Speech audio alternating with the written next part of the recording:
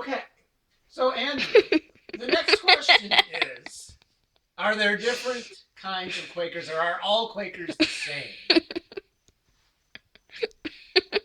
Well, Toby.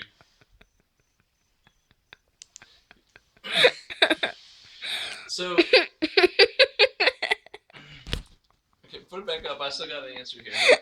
All right. So, are there different kinds of Quakers? Are all Quakers the same? So, what I'd say is that there are, like you described, there are a lot of differences amongst Quakers.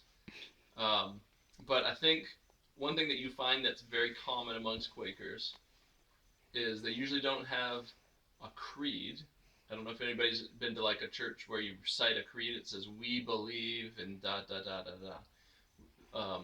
And even Quakers who have, you know, who have like a more traditional church service, they still don't have creeds in them.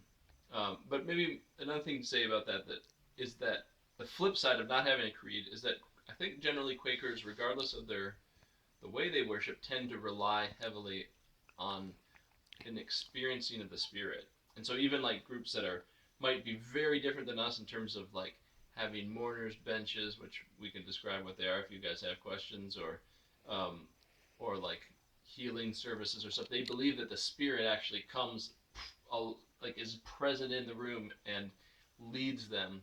And even Quakers have more formal structure. They still believe that the Spirit can like work through that structure, and that's more important than any way of than any sort of abstract thinking or way of describing the religion.